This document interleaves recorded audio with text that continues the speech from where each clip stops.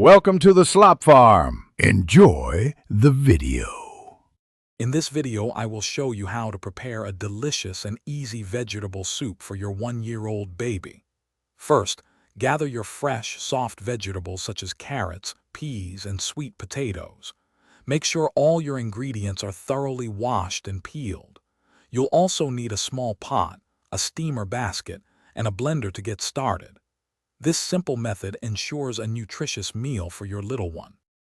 Next, cut your prepared vegetables into small, uniform pieces. This helps them cook evenly and quickly.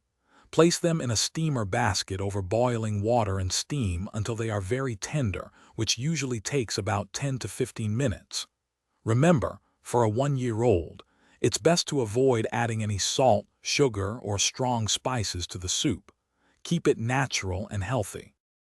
Once your vegetables are perfectly tender, transfer them to a blender.